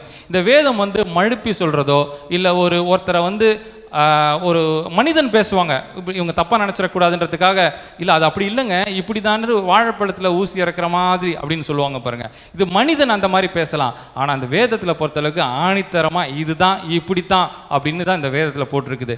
சில வசனங்கள் நம்ம சொல்லும் போது சில பேருக்கு உள்ள வந்து அந்த மாதிரி ஒரு ஃபீலிங் உருவாகும். என்ன இது ஒரு மாதிரி நம்மளையே பாயிண்ட் அவுட் பண்ணி பேசுகிற மாதிரி இருக்கே அப்படிங்கிற மாதிரி ஒரு நினைப்பு இருக்கலாம். ஆனால் வேதத்தை பொறுத்தளவுக்கு அந்த வசனம் என்ன சொல்லுகிறது தோன்றுகிறதோ அதை நம்ம சொல்கிறோம். அது நல்லவர்கள் இது எனக்கானது இல்லை அப்படின்னு நினைக்கிறவங்க அதை விட்டு விட்டு அர்த்தத்துக்கு போகலாம். இது எனக்கானதுன்னு எடுத்துக்கிட்டால் அது அவர்களுக்கானது. நல்ல மனது உடையவர்கள், ஆண்டவரை நம்பி ஆண்டவரை ஏற்றுக்கொண்டு நல்ல மனதை உடையவர்கள், ஒரு மென்மையான மனதை உடையவர்களுக்கு இந்த வசனம் பொருந்தாது. இப்படி தான் நம்ம எடுத்துக்க வேண்டுமே தவிர, இந்த வேத வசனங்களை பாருங்கள், அதுக்கு முந்தின வசனத்தை பார்த்தீங்கன்னா அலங்கரிப்புன்னு சொல்கிறது பாருங்கள். இந்த அலங்கரிப்புன்னு சொல்லும் போது இந்த நல்ல அந்த முடியை நல்ல அந்த பியூட்டி பார்லர்லாம் போயிட்டு அலங்கரிச்சிக்கிறது, அதுக்கப்புறம் நான் இதெல்லாம் நான் வந்து கிரிட்டிசைஸ் பண்ணணும் அப்படிங்கிறதுக்கு நான் சொல்ல, இந்த லிப்ஸ்டிக் போடுறதா இருக்கட்டும், இந்த விலை உயர்ந்த பொருட்களை நம்ம யூஸ் பண்ணுறதா இருக்கட்டும், விலை உயர்ந்த இந்த ஆடை ஆபரணங்களை நம்ம உபயோகப்படுத்துகிறோம், அது அவருடைய விருப்பமாக இருக்கலாம். ஆனால் வேதம் என்ன சொல்லுகிறது, அது அவர்களுக்கு அலங்கரிப்பு இல்லை என்று சொல்லுகிறது. அவருடைய குவாலிட்டி தான் முக்கியம். ஒரு நல்ல மேக்கப் பண்ணிட்டு நல்ல ஒரு விசேஷமான ஒரு ட்ரெஸ்ஸை போட்டுக்கிட்டு நல்ல பிரேஸ்லெட் அது இதெல்லாம் போட்டுக்கிட்டு எல்லாம் வந்து ஒரு நின்று வாயில சுத்தமான வார்த்தை இல்லைன்னா அவரை யார் மதிப்பாங்க சொல்லுங்க? யார் மதிப்பாங்க இந்த உலகத்தில்? ஒரு ஒரு ஒரு பணம் படைத்தவர்கள்ன்றதுக்காக வந்த உடனே வாங்க வாங்க வாங்கன்னு கூப்பிட்டு உட்கார வைப்பாங்க. அதுக்கப்புறம் பின்னாடி போனவொடனே அவருக்கு நல்ல பேர் இருக்காது. நல்லவர்களுக்கு எப்பவுமே சாவே இல்லைன்னு சொல்லுவாங்க பாருங்க, மரணமே இல்லைன்னு சொல்லுவாங்க. நம்ம இறந்த பிறகும் அவர்களை பற்றி பேசிக்கொண்டே இருப்போம். இப்படி ஒருத்தர் இருந்தாருங்க, இப்படி ஒருத்தர் இருந்தாருங்கன்னு சொல்லி பேசிக்கிட்டே இருப்போம். அதுதான் அலங்கரிப்பு. ஆனால் வாழும்போதே பின்னால் திட்டுவாங்க, இவர் வாயை திறந்தாலும் இப்படி தாங்க, இருதயம் சுத்தம் இல்லை அப்படின்னா வாயிலிருந்து வருகிற வார்த்தையும் சுத்தமாக இருக்கவே இருக்காது. எத்தனை நாள் நடிக்க முடியும்? இருதயத்தை சுத்தம் இல்லை, ஆனால் ஒருத்தரை பார்த்த உடனே எத்தனை நாள் நடிச்சிட முடியும்? அவர்கள் அப்படி இப்படின்னு சொல்லி அவர்களை பாராட்ட நினைச்சா கூட ஆட்டோமேட்டிக்காக அவர் வாயிலேருந்து வார்த்தை வேற மாதிரி வந்துடும். ஆனால் நல்லவர்கள் வாயில அவர்களா முயற்சி பண்ணால் கூட நல்ல வார்த்தைகளே வரும், எல்லாரும் மென்மையான வார்த்தைகளே வரும் என்று வேதம் சொல்லுகிறது. அதுதான் அவர்களுக்கு அலங்கரிப்பு என்று சொல்லுகிறது. இன்னும் சில பேர் பார்த்தீங்கன்னா தவறாக நினைக்கக்கூடாது. இன்னும் சில பேர் பார்த்தீங்கன்னா அவர்கள் செய்கிற செயலுக்கும் அவர்கள் நடந்துக்கிற முறைக்கும் சம்மந்தமே இருக்காது. ஏன் அப்படின்னு பார்த்தீங்கன்னா, அவர்கள் செய்கிற செயல் அப்படின்னு பார்த்தீங்கன்னா, அவர்கள் ஒரு இந்த வேதம் படிப்பாங்க, ஒரு நல்ல வேதத்தில் நல்லா படிச்சுக்கிட்டே இருப்பாங்க, நல்ல பாடல் கிறிஸ்தவ பாடல் கேட்டுகிட்டே இருப்பாங்க, அவர்கள் கிறிஸ்தவ பிரசங்கம் கேட்டுக்கிட்டே இருப்பாங்க. இப்படி எல்லாமே ஆண்டவருக்குள்ளே இருப்பாங்க. அவர்கள் பரிசுத்தமாக தான் இருக்கிறாங்க, நான் அதில் எந்த குறையும் சொல்லலை. ஆனால் இருதயத்தை ஆண்டவர் பார்க்குறார். அவர் வசனம் இருக்குது பாருங்க, யாக்கோபு 1:26 படிங்க.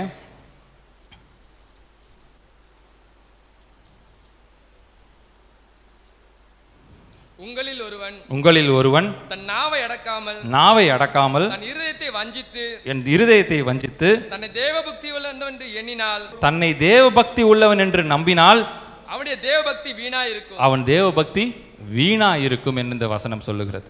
தன்னை தேவபக்தி உள்ளவன் என்று அவர்கள் நம்பி, அவர்கள் சிலர் நான் வந்து அதை தான் முன்னாடியே சொன்னேன், யாருமே வந்து தவறாக சொல்லணுங்கிறது என்னுடைய நோக்கம் இல்லை.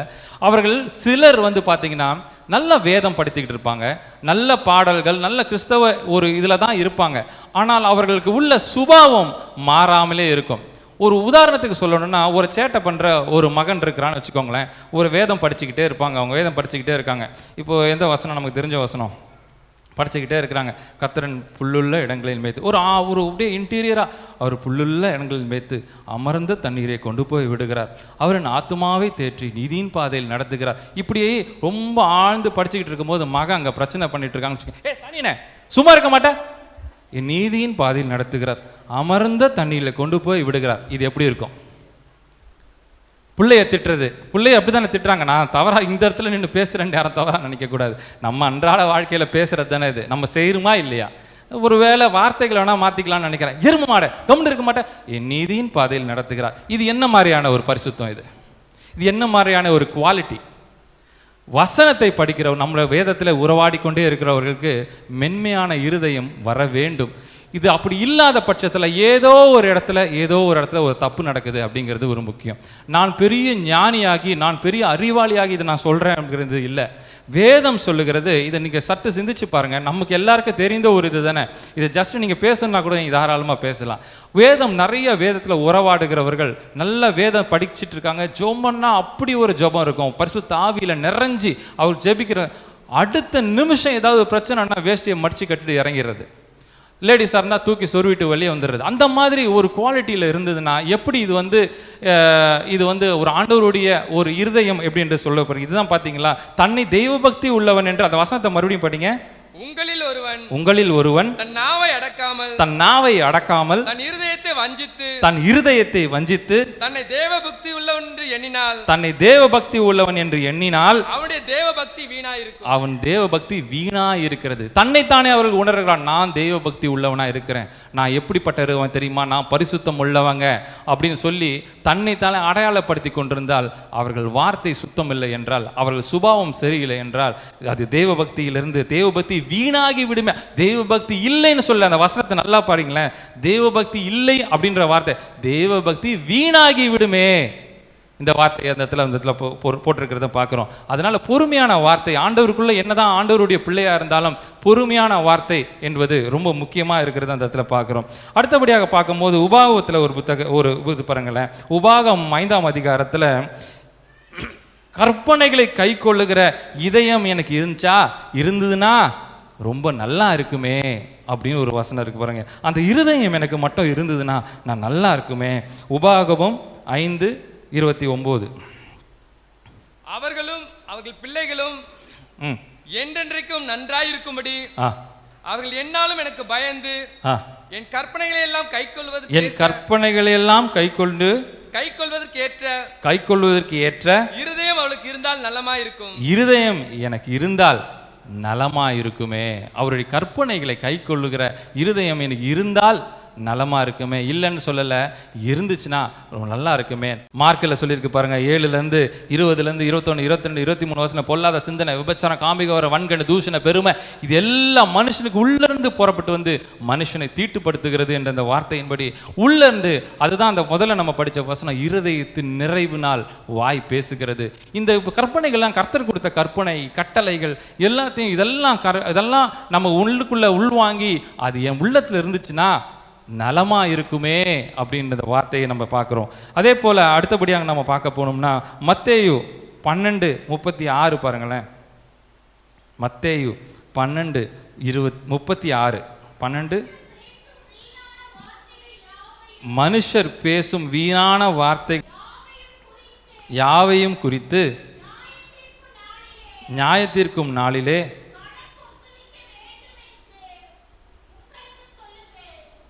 கணக்கு ஒப்படைக்க வேண்டும் என்று உங்களிடத்தில் சொல்லுகிறேன்.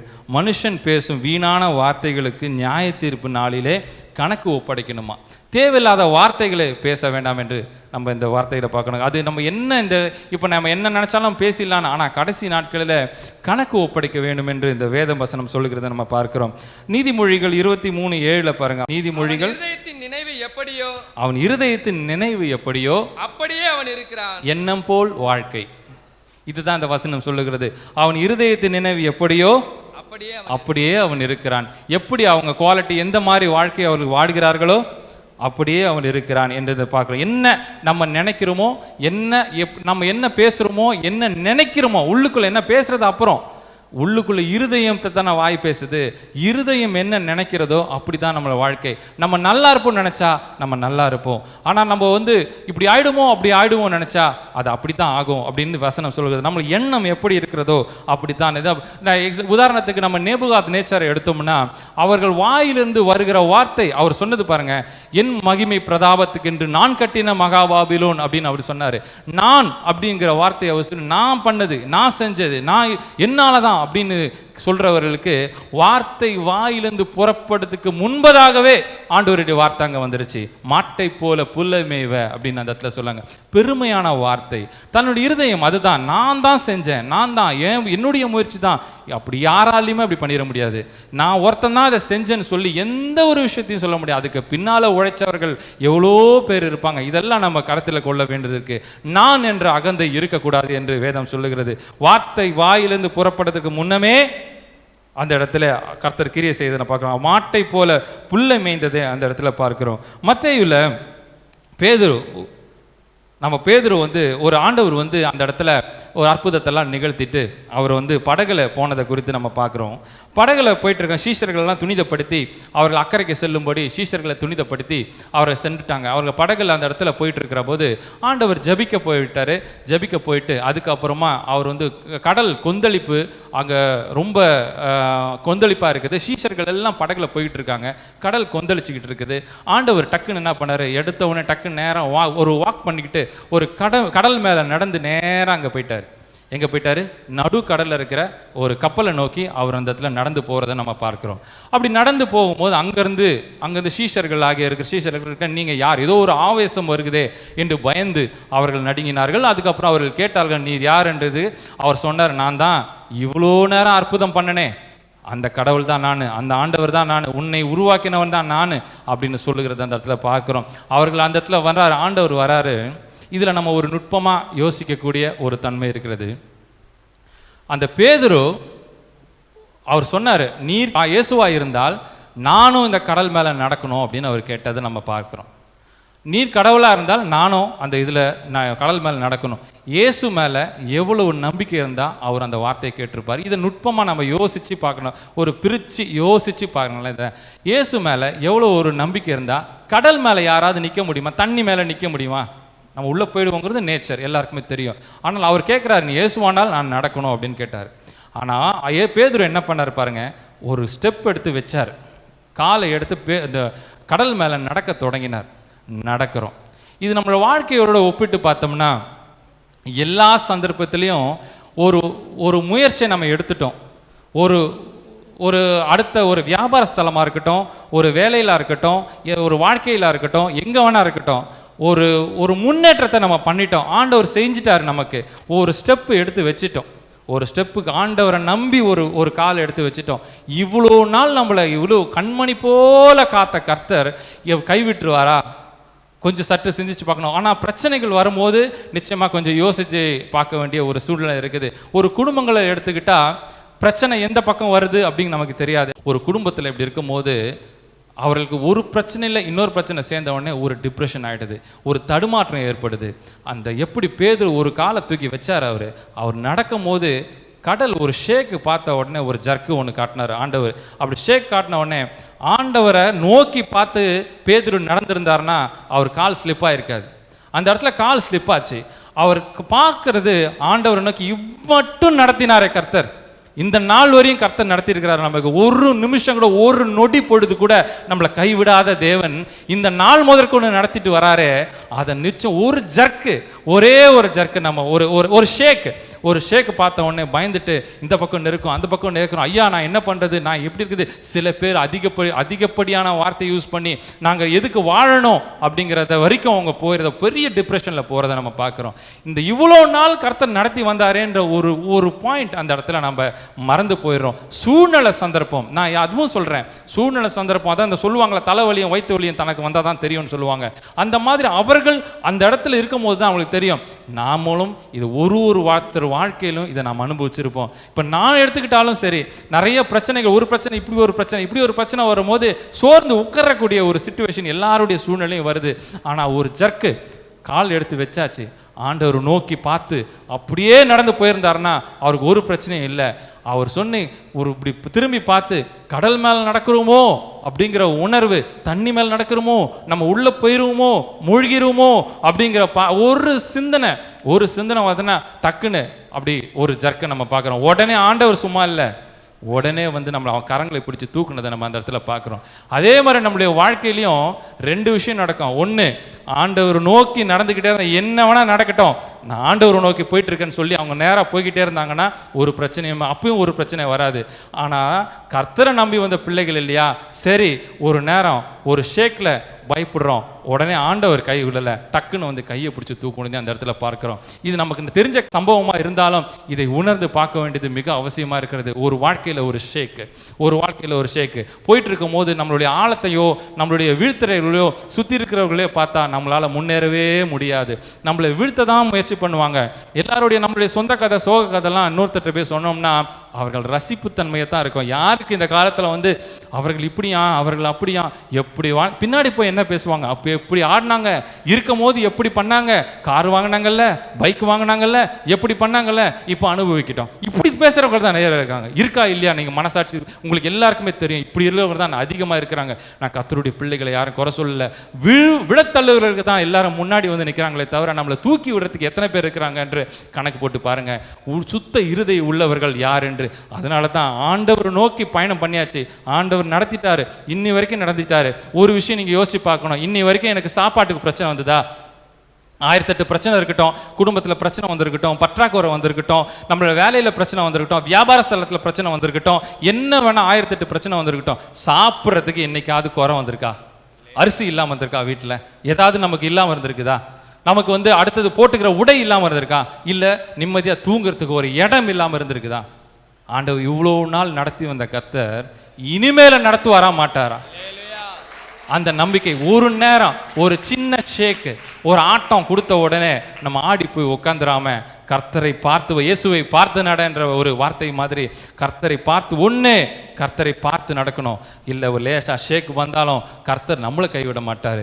ஏன்னா நம்ம கர்த்தருடைய பிள்ளைகள்.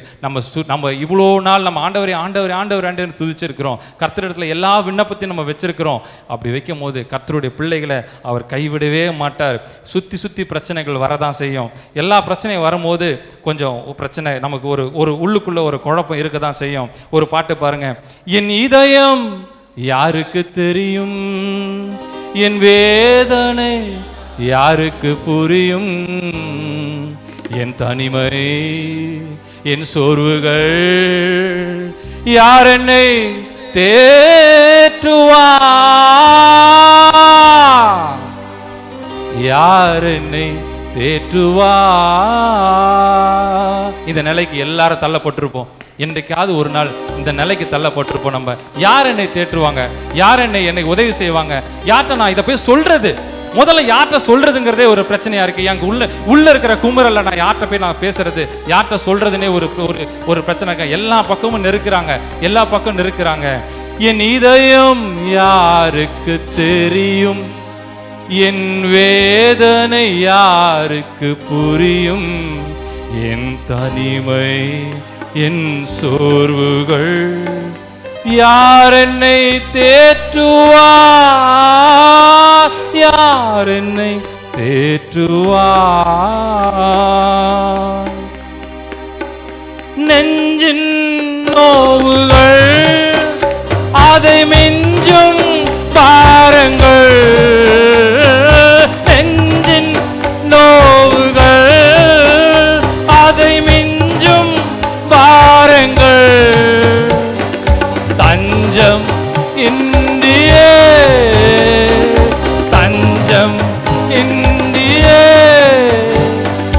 உள்ளம் ஏங்குதே,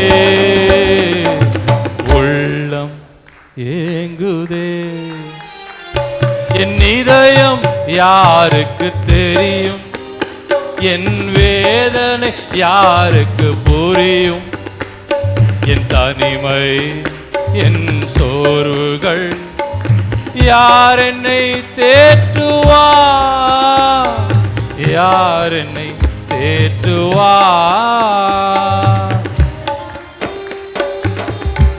யார்கிட்ட சொல்றது, நான் யார் இடத்துல போய் பேசுறது, நான் யார்கிட்ட போய் சொல்லுவேன், என் பிரச்சனையை யார்கிட்ட சொல்றது, இதை தீர்மானிக்கிறதுக்கே நமக்கு நிறைய நேரம் ஆயிரும். யார்கிட்டையும் நம்ம சொல்ல முடியாது.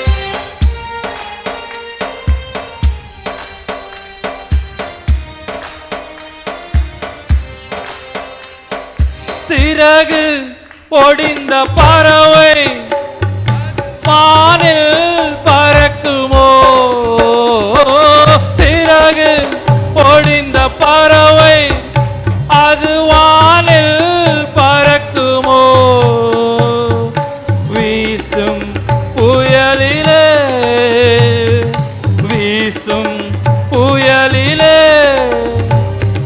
படகு தப்புமோ, படகு தப்புமோ. என் இதயம் யாருக்கு தெரியும், என் வேதனை யாருக்கு புரியும், என் தனிமை என் சோர்வுகள் யார் என்னை தேற்றுவா, யார் என்னை தேற்றுவா. என் இதயம் யாருக்கு தெரியும், என் வேதனை யாருக்கு புரியும், என் தனிமை என் சோர்வுகள் யார் என்னை தேற்றுவா.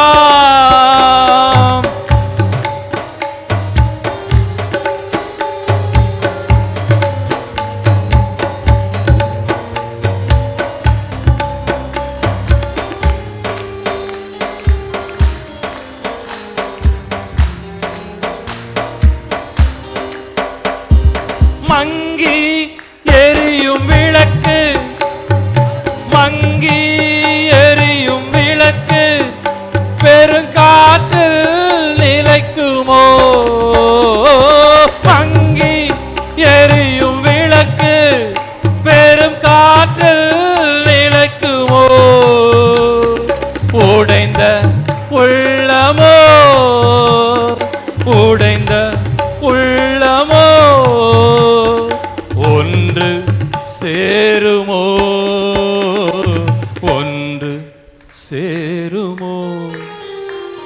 என் இதயம் யாருக்கு தெரியும்? என் வேதனை யாருக்கு புரியும்? என் தனிமை, என் சோர்வுகள் யார் என்னை தேற்றுவார்?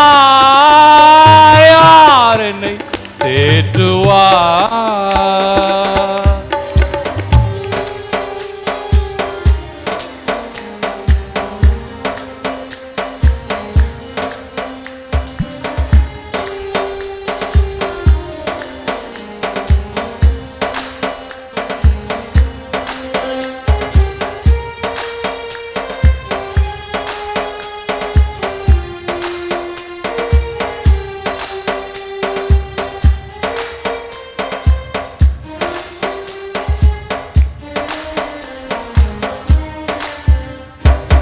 அங்கே தெரியும் வெளிச்சம் இல்ல, இங்கே வைக்கும் விண்ணப்பம் அது வானில் எட்டுதே. ஓ, இங்கே வைக்கும் விண்ணப்பம் பதில் கிடைக்காமல் போகுமோ? இயேசு ராஜனின், இயேசு ராஜாவின் அன்பு நிலைக்குமே, அன்பு நிலைக்குமே. என் இதயம் இயேசுவுக்கு தெரியும், என் வேதனை இயேசுவுக்கு புரியும்.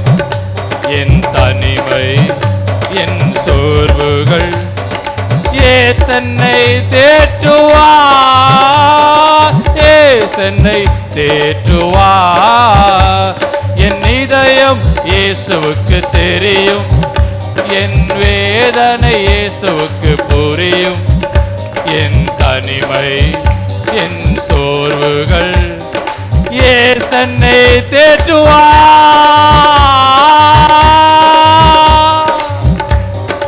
ஏசன்னை தேற்றுவார்.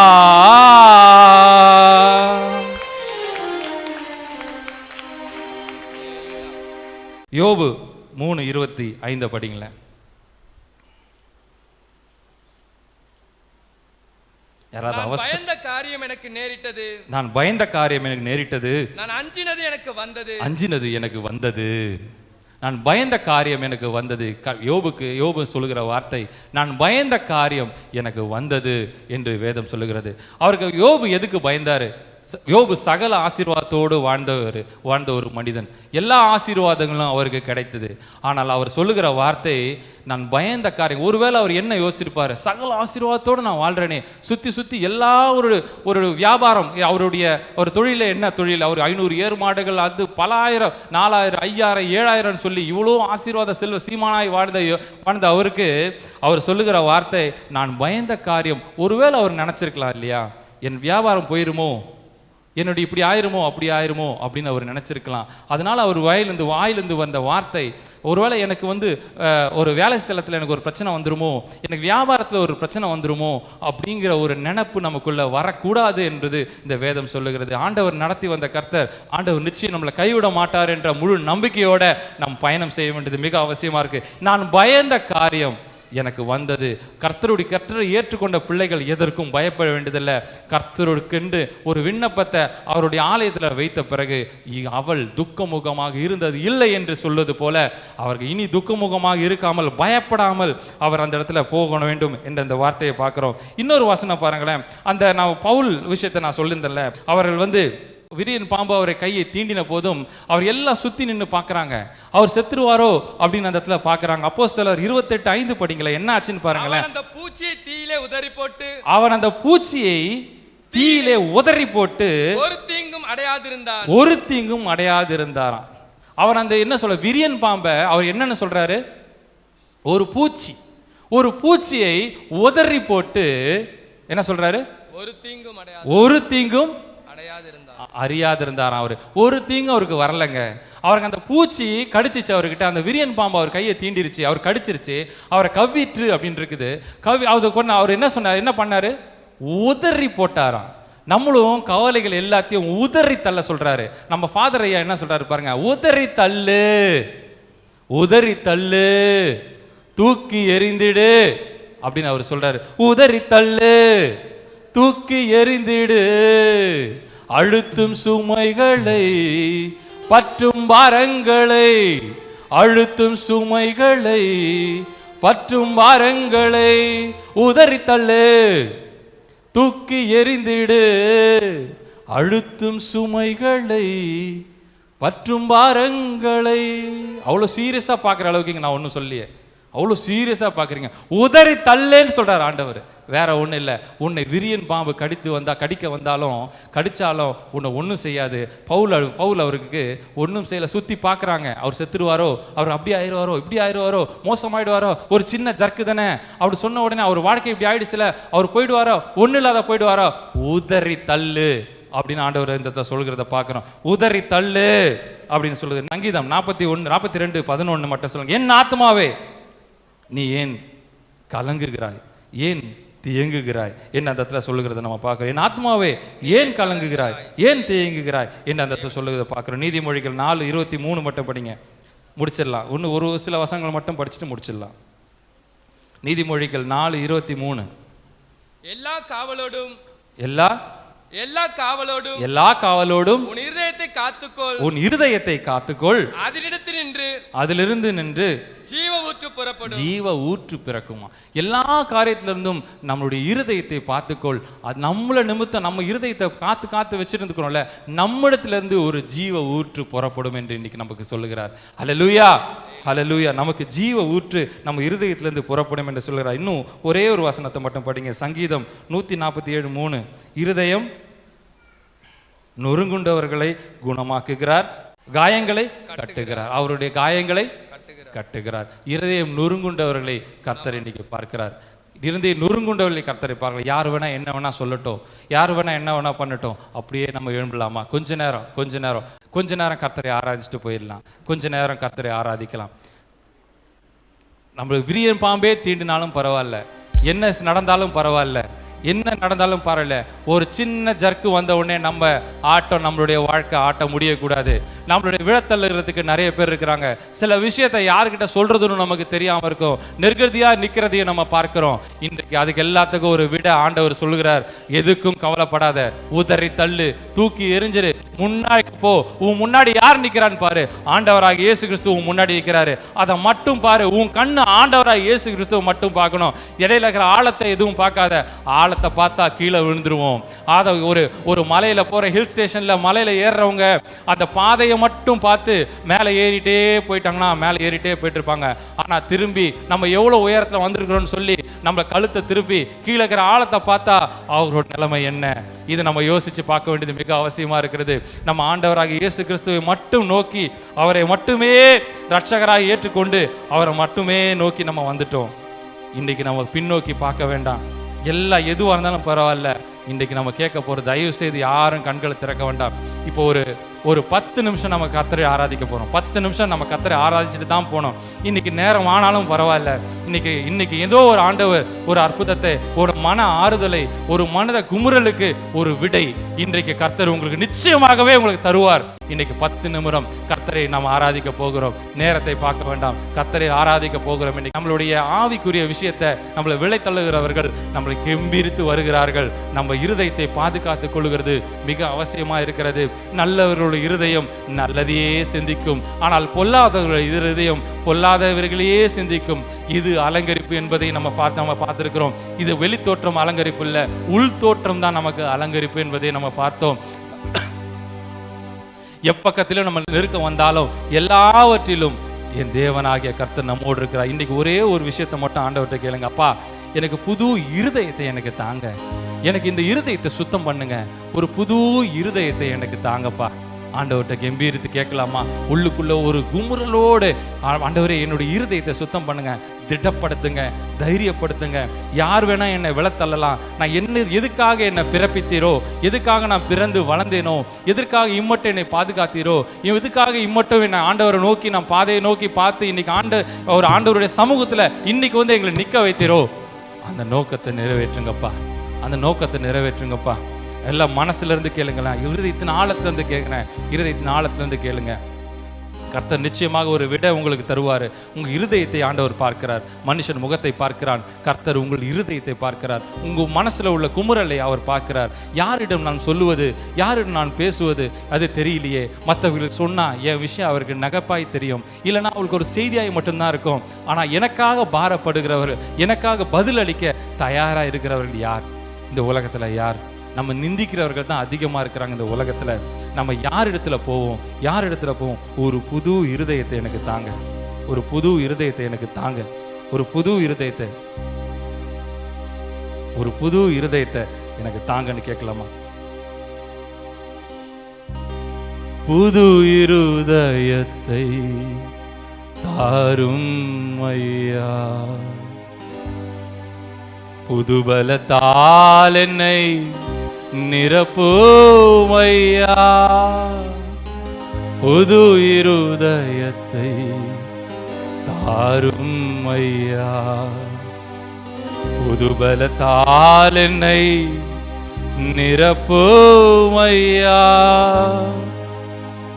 பரிசுத்தரே என் மீட்பரே என் தஞ்சமே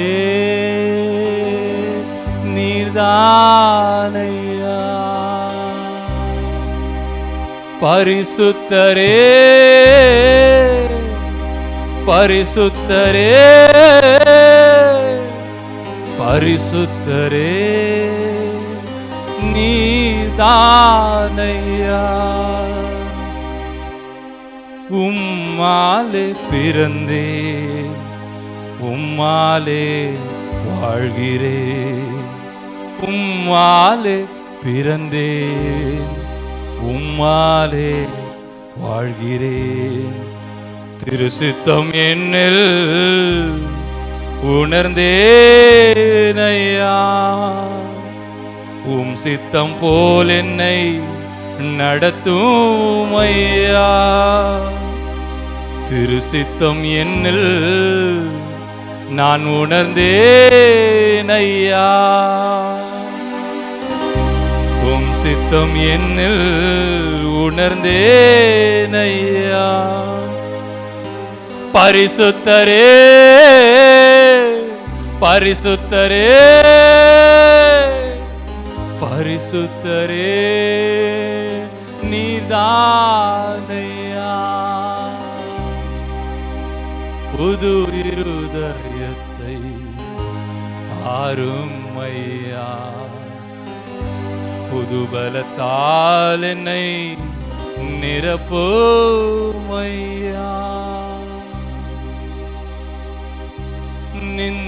நிந்தனையால் நான் மனசோர்வடைந்தேன், இகழ்பவர் யார் என்று அறியாமல் நின்றேன்.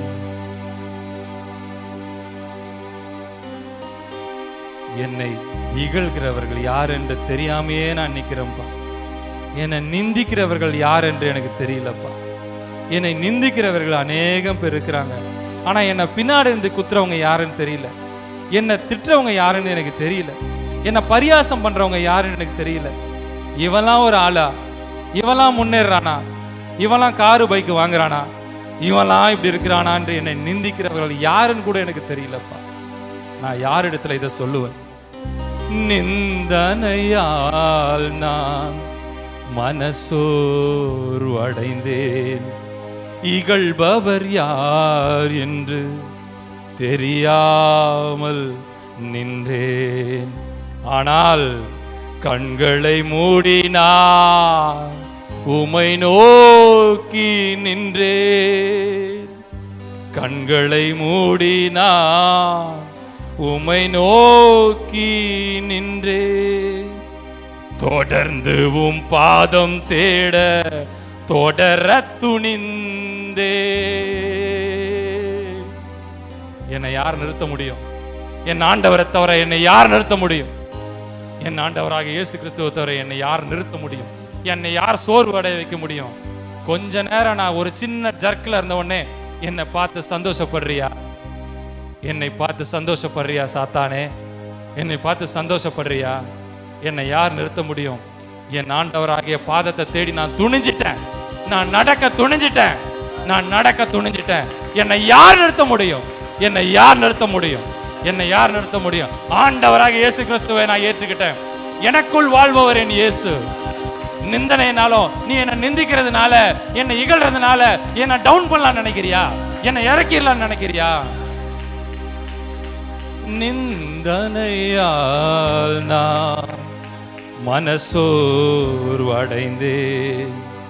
இகழ்பவர் யார் என்று தெரியாமல் நின்றேன். ஆனால் கண்களை மூடினார், உமை நோக்கி நின்றேன். தொடர்ந்து உம் பாதம் தேட தொடர துணிந்தேன். என் தஞ்சமே, என் தஞ்சமே, என் தஞ்சமே நீதானையா. நிந்தனையால் நான் மனசோர்வடைந்தேன். இகழ்பவர் யார் என்று தெரியாமல் நின்றேன். கண்களை மூடினார், உமை நோக்கி நின்றேன். தொடர்ந்து உம் பாதம் தேட தொடர துணிந்தேன். என் தஞ்சமே, என் தஞ்சமே, என் தஞ்சமே நீதானையா. என் தஞ்சமே, எல்லாரும் சொல்லாமே. என் தஞ்சமே, என் தஞ்சமே நீதானையா. மறுபடியும் என் தஞ்சமே, என் தஞ்சமே, என் தஞ்சமே நீதானையா. புது இருதயத்தை தாரும் ஐயா. புது பலத்தால் என்னை நிரப்பும் ஐயா. புது இருதயத்தை தாரும் ஐயா. புது பலத்தால் என்னை நிரப்பும் ஐயா. பரிசுத்தரே, பரிசுத்தரே, பரிசுத்தரே நீதானையா. பரிசுத்தரே, பரிசுத்தரே, பரிசுத்தரே நீதானையா. அனாதை போல் என்னை உணர்ந்தேனையா. என் உணர்வை நான் யாரிடம் சொல்வேனையா.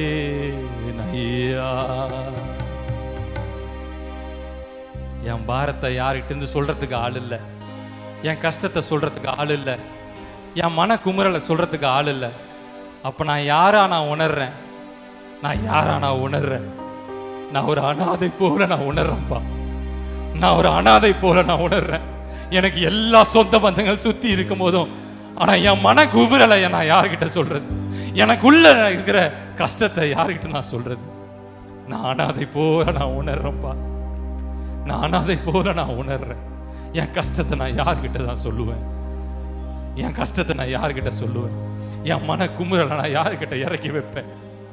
என் ஆண்டவராக இயேசு கிறிஸ்துவே, என் ஆண்டவராக இயேசுவே, பரிசுத்தரே, பரிசுத்தரே, என் தஞ்சமே, என் தெய்வமே, நான் யார்கிட்ட நான் சொல்லுவேன்? அனாதை போல் என்னை உணர்ந்தேன் ஐயா.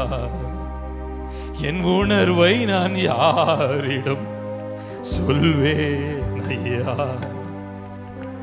அனாதை போல் என்னை உணர்ந்தேன் ஐயா. என் உணர்வை நான் யாரிடம் சொல்வேன் ஐயா. உம் பாதம் தேடி வந்தேன் ஐயா. நிறைவானதை நான் கண்டேனையா.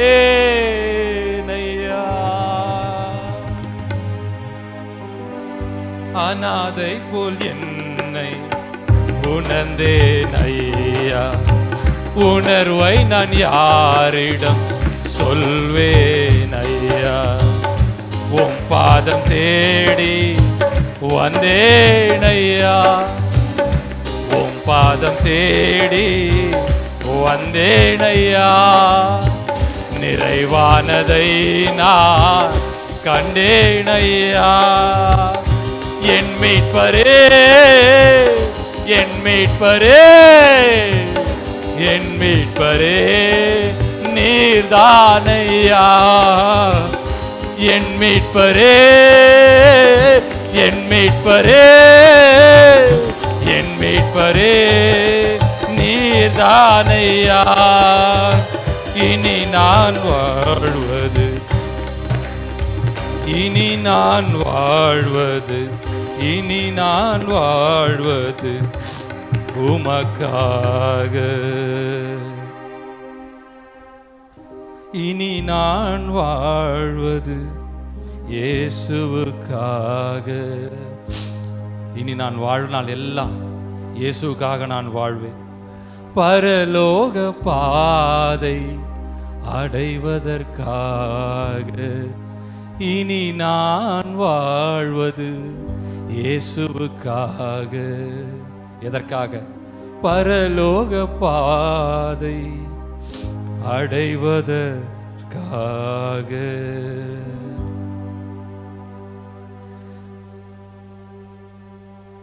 நியமித்த ஓட்டத்தில் பொறுமையுடன் உம் பாதம் ஓடி முடிப்பேனையா. என் மீட்பரே, என் மீட்பரே, என் மீட்பரே நீதானையா. என் மீட்பரே, என் மீட்பரே, என் மீட்பரே நீதானையா. என் மீட்பரே, என் மீட்பரே, என் மீட்பரே நீதானையா. என் மீட்பரே, என் மீட்பரே, என் மீட்பரே நீதானையா. பரிசுத்தரே, பரிசுத்தரே, பரிசுத்தரே நீதானையா. பரிசுத்தரே, பரிசுத்தரே, பரிசுத்தரே நீதானையா. கரங்களை தட்டி பரிசுத்தரே, பரிசுத்தரே, பரிசுத்தரே நீதானையா. என் தஞ்சமே, என் தஞ்சமே, என் தஞ்சமே நீதானையா. என் தஞ்சமே, என் தஞ்சமே, என் தஞ்சமே நீதானையா.